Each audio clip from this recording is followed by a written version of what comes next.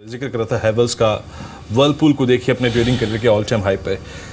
अभी कुछ देर पहले हम ये बात कर चुके हैं कि अर्निंग्स और अच्छे अर्निंग्स की एक्सपेक्टेशन में पहले ही स्टॉक्स ड्राइव हो चुके हैं।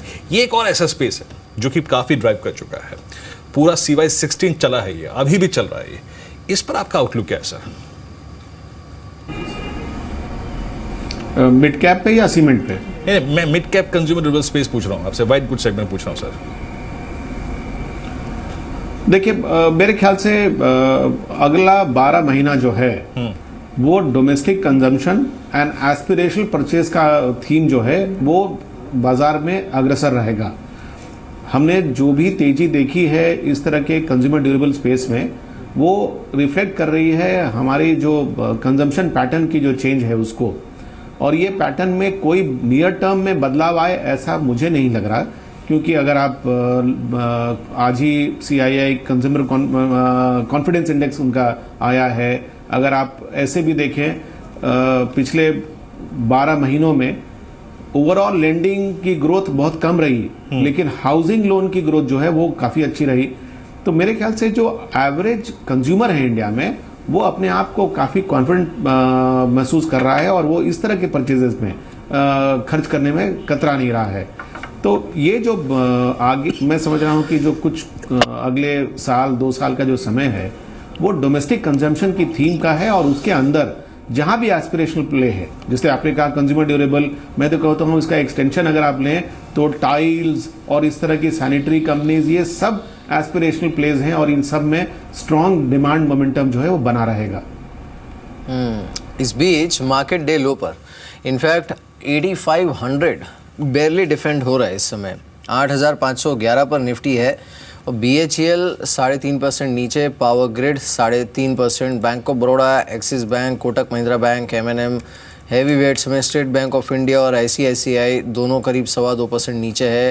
रिलायंस इंडस्ट्रीज़ 1.5% नीचे, जी एंटरटेनमेंट 1.5% नीचे, बॉश, ल्यूपिन, गेल, टाटा स्टील, L&T 1% नीचे इस समय ट्रेड कर रहा है, टाटा मोटर्स 0.5% नीचे।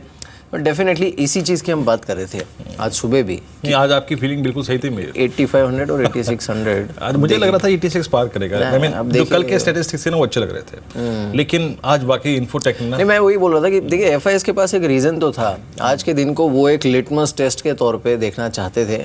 तो पहले आपके इन्फोटेक की लिस्टिंग ख़राब हो गई, जो रिजल्ट्स आए उसमें कोई ऐसा नतीजा निकला नहीं कि जिससे ओवर द टॉप जाकर मार्केट बुलिश हो जाए। तो वो it was almost the writing was on the wall. हालांकि डेटा ऑब्वियसली एक बार देख लेते हैं एग्जैक्टली डेटा क्या कह रहा है। जरा निफ्टी फ्यूचर्स दिखाइए आप जरा प्लीज। देखिए प्रेशर कहाँ था ये देखते जरा।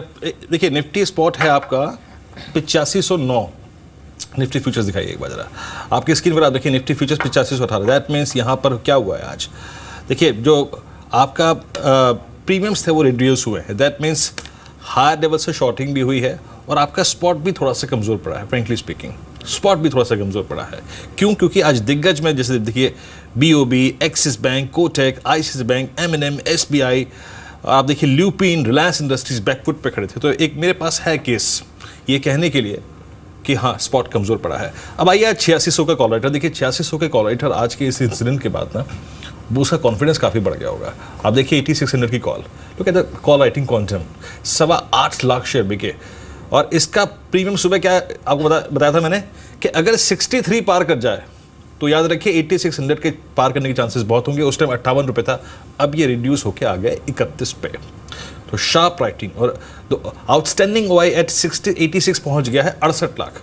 अब जरा 8500 की पुट पे आइए, जरा 8500 की पुट क्या कर रही है, वहाँ पे ट्रेडर को लग क्या रहा है।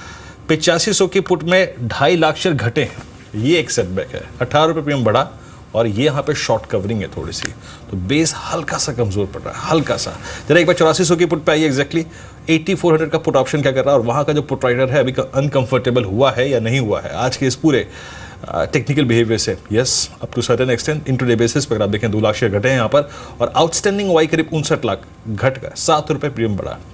तो हाँ टेक्निकली और as per the option statistics थोड़ा सा कमज़ोर पड़ा है।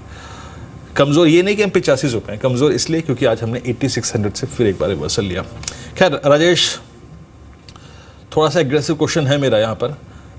लेकिन आप क्या 8400 के पुट बाय करेंगे, 8600 का कॉल ऑप्शन राइट करेंगे 30 रुपए के लिए, या फिर 8500 का कॉल ऑप्शन राइट करेंगे, या फिर निफ्टी बैंक शॉर्ट करेंगे? क्या कहते हैं आप? देखिए, मुझे लगता है कि चूंकि हम देख रहे हैं कि आपने जो ऑप्शन स्टैटिस्टिक्स बोला वो भी एकदम सही है। यहाँ पे सामने कॉल राइटिंग हो रही है, एग्रेसिव कॉल राइटिंग हो रही है। डेफिनेटली मुझे लगता है प्रॉफिट टेकिंग तो है। As far as Nifty is concern, मुझे लगता है 8500 का लेवल एक ज़्यादा इंपॉर्टेंट है, और 8500 टूटता है तो हम लोग 8400 देखते हैं। तो मैं यहाँ पे सिर्फ ये चेंज करूँगा, 8400 की पुट बाय करने से अच्छा मैं 8500 की पुट बाय करूँगा, which is somewhere near 57 rupees. हम देखते हैं कि 35-40 के आसपास इसका बेस बन रहा है। तो रिस्क टू रिवॉर्ड भी मुझे लगता है अगर मैं 50 पे भी बाय करता हूं तो मेरा 25-30 पॉइंट का स्टॉप लॉस बनेगा। अगर यहां से अगर फेवर में आता है तो मिनिमम मुझे लगता है ये पुट जो होगा रफली एक्सपायरी तक 120-130 के आसपास। तो मुझे लगता है कि अगर मुझे बाय करना है तो मैं 8500 की पुट बाय करूंगा। 8500 की पुट बाय करेंगे आप।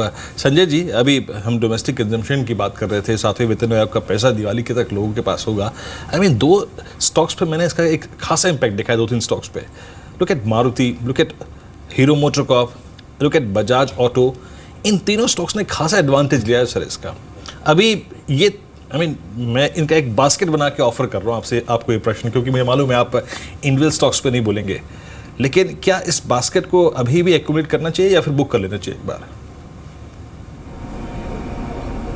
बिल्कुल हमारे ख्याल से एक्यूमुलेट करना चाहिए, क्योंकि ये स्टॉक्स जो हैं इनकी जो एस्पिरेशनल बाइंग अगर कंज्यूमर ड्यूरेबल से आगे बढ़ती है तो वो सबसे पहले व्हीकल्स की तरफ आती है। और जहां तक रही बात टू व्हीलर्स की, तो पिछले साल टू व्हीलर्स की नंबर जो सेल्स थी वो थोड़ी सी ढीली थी। इस साल जब मॉनसून अच्छा रहेगा, 2 साल के बाद तीसरे साल अगर अच्छी मानसून जो हम देख रहे हैं उसके कारण जो रूरल डिमांड टू व्हीलर्स की होगी वो भी एक सपोर्टिंग फैक्टर रहेगा। तो मेरे ख्याल से तो ऑटो जो है सिक्लिकल के अंदर बैंकिंग के बाद सेकंड मोस्ट प्रेफर्ड सेक्टर जो है वो है ऑटो, और वो लेना चाहिए। चलिए संजय, बहुत बहुत शुक्रिया हमारे साथ इस बातचीत में शामिल होने के लिए। Thanks for joining us.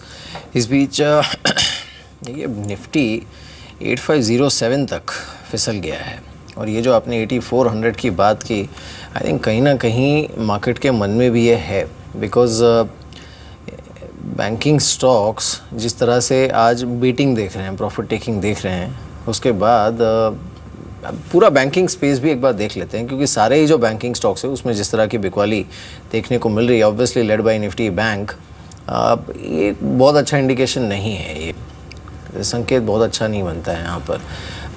Rajesh, Nifty bank पर और साथ ही जो लीडिंग स्टॉक्स हैं यहाँ के, उस पर क्या करना चाहिए? देखिए, बैंक निफ्टी अगर यहाँ पे हम लोग स्पॉट की बात करें तो बैंक निफ्टी 18,800 और 19,100 के दायरे में घूम रहा था। लग रहा था कि 19,100 के ऊपर जाएगा तो एक 300 पॉइंट की रैली और मिलेगी, लेकिन ये और के चक्कर में ऑलरेडी हम लोग बहुत आगे आ चुके हैं। तो 18,800 अगर यहाँ पे देखें तो 18,800 का लेवल टूटा है। पीएसयू बैंकिंग में भी प्रॉफिट बुकिंग आ रही है, और प्राइवेट सेक्टर बैंकिंग के रिजल्ट्स भी आउट होने के बाद वहाँ पे भी थोड़ा बहुत प्रेशर दिख रहा है। तो मुझे लगता है 18,800 के नीचे प्रेशर रहेगा बैंक निफ्टी में। हमारा जो टारगेट है वो रफली 18,400 का फॉर नेक्स्ट मंडे और ट्यूसडे, मुझे लगता है वहाँ तक तो आएगा। स्टॉक स्पेसिफिक की थोड़ा यहाँ पे मुँह है, थोड़ा फार्मा सेक्टर में लॉन्ग इनिशिएट कर रहे हैं। बैंकिंग में हम लोग कॉशियस है यहाँ पे, हमें लगता है कि बैंकिंग टॉप आउट हो चुका है। ये बैंक, एक्सिस बैंक, एचडीएफसी और पीएसयू सेक्टर भी, तो वहाँ से हम लोग एग्जिट दे रहे हैं, और जो रोटेशन हो रहा है वो सब फार्मा में हो रहा है। बिल्कुल बिल्कुल। इसमें देखिए, अब और एक जो जोकर इन द पैक है वो एक्सिस बैंक है, क्योंकि आपको याद होगा पिछले 2 क्वार्टर में इन्होंने जिस तरह के नंबर्स दिए थे, पिछले क्वार्टर में मुझे याद है कि इन्होंने डिसअपॉइंट किया था, और पिछले क्वार्टर में डिसअपॉइंट किया था, लेकिन इन्होंने क्या करा था, सारे पत्ते खोल के रख दिए थे। एग्जैक्टली। तो इसीलिए अब ये इस बार उम्मीद काफ़ी होगी एक्सिस बैंक पर कि ये क्या करते हैं, तो क्या करते हैं या क्या करेंगे, ये बताने के लिए अंचल हैं हमारे साथ। एक्सिस और साथ ही बायोकॉन के नंबर्स क्या है एक्सपेक्टेड, पहले एक्सिस बताइए अंचल। शुक्रिया अमीर, आपने बिल्कुल सही कहा। पिछले 2 क्वार्टर एक्सिस बैंक के केस में काफ़ी इंटरेस्टिंग रहते। पहले डिसअपॉइंट किया, Q4 में आते आते थोड़े नंबर सुधरे, लेकिन अब फिर से डिसअपॉइंटमेंट की उम्मीद की जा रही है। जो अनुमान कह रहा है बैंक का NII करीब 12% बढ़ने का अनुमान है, फ्लैटिश रह सकते हैं, क्योंकि कहीं ना कहीं लोन ग्रोथ अच्छी इंप्रूवमेंट दिखा रहा है, 21% की बढ़त लोन ग्रोथ में आती हुई दिखेगी, लेकिन डिपॉजिट्स जो है वो स्लगिश रहे हैं, सिर्फ 14% की बढ़त का ही अनुमान लगाया जा रहा है। वहीं दूसरी ओर प्रोविजनिंग का खतरा फिर से बढ़ता हुआ दिख रहा है। इस बार ये अनुमान है बैंक की प्रोविजनिंग करीब 8% तक बढ़ती हुई दिखेगी और ये आंकड़ा 1260-1300 करोड़ के आसपास जा सकता है। और अगर ये आंकड़ा इससे ज़्यादा बढ़ता है तो जो फ्लैट मुनाफे की उम्मीद है वो मोर और लेस कम होती हुई दिखेगी, मुनाफा गिरने की तरफ चला जाएगा। अभी अनुमान ये है कि मुनाफा स्लाइटली 0.1% बढ़ता हुआ दिखेगा और 1980 करोड़ के आसपास रह सकता है, लेकिन ये पूरा दारोमदार जैसा कि मैंने कहा प्रोविजनिंग पर रहेगा। एसेट क्वालिटी में भी एज सच कोई रिकवरी की उम्मीद नहीं है, रादर डिटोरिएट होने का अनुमान लगाया जा रहा है। ग्रॉस एनपीएस 1.67% से घट के इस बारी 2.25% रहने का अनुमान है और साथ ही जो एनआईएम्स है वो भी करीब 4% से घट के 10 बेसिस पॉइंट्स गिरते हुए दिखेंगे और 3.9% रहने का अनुमान है। तो ओवरऑल आप प्रोविजनिंग के आंकड़े पर नजर रखिएगा, साथ ही साथ आप स्लिपेजेस के आंकड़े पे जो इस बारी बढ़ के आ सकती है उस पर नजर रखिएगा और एसेट क्वालिटी फिर से शायद डिसअपॉइंट करती हुई दिखेगी स्ट्रीट को। एक्सिस बैंक, आई मीन जैसे कि मेरे कह रहे थे कि सबसे इस बीच आप देखिए, मैं अलर्ट दूं आपको, निफ्टी बैंक ने आज ना एक मेजर सेटबैक दिया है। निफ्टी बैंक, एक इंडसइंड बैंक को छोड़ के इस वक्त सारे बैंक्स, निफ्टी बैंक के 11 स्टॉक्स लाल निशान में और डीप लॉसेस देखिए आप 3.25, 3.5, 3.5, 4% पीएनबी। तो आज निफ्टी बैंक ने 8600 को पार करने का जो मौका था उसको निकाल लिया, खींच लिया। एक्सिस बैंक पे बात अभी अंचल से हुई, अब बात करते हैं बायोकॉन पे। अंचल, बायोकॉन से क्या एक्सपेक्टेशन है? वीरू देखिए, अगर बायोकॉन की बात करें तो नंबर्स वीकेस्ट नोट पे रह सकते हैं। डेफिनेटली आय जो है वो बढ़ने का अनुमान है, लेकिन खर्च बढ़ रहा है कंपनी का और वो कहीं ना कहीं ओवरऑल नंबर्स पे हावी होता हुआ दिखेगा। कंपनी की आय करीब 10% बढ़ रही है, तो वहीं एबिटा जो है वो करीब 5.5% श्रिंक होता हुआ दिखेगा। R&D स्पेंड्स बढ़े हैं, टैक्स पे आउट बढ़ा है, जिसकी वजह से सीधे बॉटम लाइन पे प्रेशर पड़ेगा। सिंजिन की तरफ से जरूर सपोर्ट मिलेगा कंपनी को। कंसोलिडेटेड बेसिस पे सिंजिन में एक अच्छी 30% की ग्रोथ का अनुमान है, तो कहीं ना कहीं थोड़ा सपोर्ट जरूर देगा। लेकिन क्योंकि कंपनी का ओवरऑल एक्सपेंसेस बढ़ रहे हैं, उस वही कारण है जो मुनाफा है वो भी करीब 3.25% गिरने का अनुमान लगाया जा रहा है और आंकड़ा 126 करोड़ रह सकता है। एक और डैम्पनिंग फैक्टर रहेगा, वो रहेगा जो इंसुलिन कारोबार में इस बार कंपनी ने कोई एक्सपैंड नहीं किया है। डिमांड बहुत ज़्यादा है, लेकिन कंपनी की तरफ से जो सप्लाई है वो अब कहीं ना कहीं कैप हो गई है और वो इस बारी नंबर्स को हिट करता हुआ दिख सकता है। लेकिन उम्मीद यही है कि पिछली बारी Q4 से अगर आप इसे क्वार्टर ऑन क्वार्टर कंपेयर करें तो एक्सेप्शनल आय है, उस वजह से एक बहुत बड़ा स्लाइड आपको दिखेगा मुनाफे के फ्रंट पे। लेकिन अगर आप एडजस्ट करके देखें तो सिक्वेंशियली बेसिस पे फ्लैट रह सकता है मुनाफा। ओके, अगर आप देखिए सीक्वेंशियल बेसिस पर, अगर आप देखा आपने कंपैरिजन रखा, लेकिन इस बीच बायोकॉन, आई थिंक राजेश, मैं फ्रेंकली स्पीकिंग बताऊँ आपको, इनफैक्ट राजेश आपसे एक टेक्निकल सेंस से लेने से पहले मैं, नताशा आपने नंबर्स सुने अभी एक्सपेक्टेशन जी बिजनेस की, आपको ये नहीं भूलना चाहिए कि अप्रैल, मई, जून, जुलाई, यानी इस क्वार्टर में, जिस क्वार्टर के आप लोग रिजल्ट्स विटनेस करने जा रहे हैं, उस क्वार्टर में ये स्टॉक 500 रुपये से चलकर 750 हो गया। At the price of 702 with this quarterly numbers, risk reward ratio for buy क्या अच्छा है? Not at the moment. In fact, the valuations wise Biocon is looking quite stretched. तो prefer हम लोग यही करेंगे कि थोड़ा सा उसमें correction आए, उसके बाद ही उसमें entry ली जाए. At these levels it looks very expensive. बहुत एक्सपेंसिव है Rajesh technically. I mean frankly speaking, इसने जो परसों चीज़ करी ना वो ये थी कि ये 50 डेमा से आपका पुल बैक दे गया, लेकिन अगर 50 डेमा वॉलेट होता है तब क्या चांसेस है इस पर? देखिए, बायोकॉन की हमने जो रैली देखी थी वो रफली 450 से देखी 750 से। ये जो पूरा रन है, यानी ये जो 300 पॉइंट का रन है, अगर इसको रिट्रेस करे फिबोनाची, तो इसका जो सपोर्ट बनता है वो है रफली 685 के आसपास। मुझे लगता है जो रिजल्ट के बाद 685 टेस्ट करेगा कल परसों तक। ट्रेंड तो मुझे लगता है यहाँ पे स्लाइटली वीक ही है, क्योंकि यहाँ पे निगेटिव डाइवर्जेंस दिया था रफली 10 दिन पहले और बायोकॉन वहाँ से चल नहीं रहा था। तो मुझे लगता है जो पहला पड़ाव रहेगा दैट विल बी 685 और जो दूसरा रहेगा दैट विल बी 640। तो मैं एक्सपेक्ट करता हूँ बायोकॉन में करेक्शन आना चाहिए 640 के लेवल तक, तब तक मैं यहाँ पे बाइंग की सलाह नहीं दूंगा।